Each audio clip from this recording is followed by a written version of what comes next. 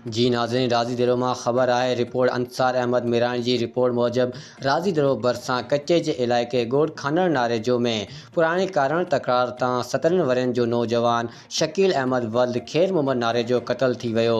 तफ़सील मूजिब लांडियो थाणे जे हद ॻोठ खानड़ नारेजो में नारेजा बिरादरी जे ॿिनि धुरियुनि में 2 साल पुराणी कारण तकरार तां निसार अली नारेजो ऐं अरबेलो नारेजो क्लाशनि जा बस्ट हणी नौजवान शकील अहमद खे क़तल करे ऐं मौक़े तां फ़रार थी विया।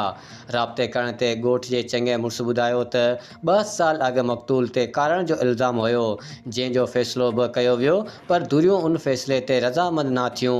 उन पुराणी तकरार तां अॼु नौजवान खे कारण इल्ज़ाम हेठि क़तल कयो वियो आहे।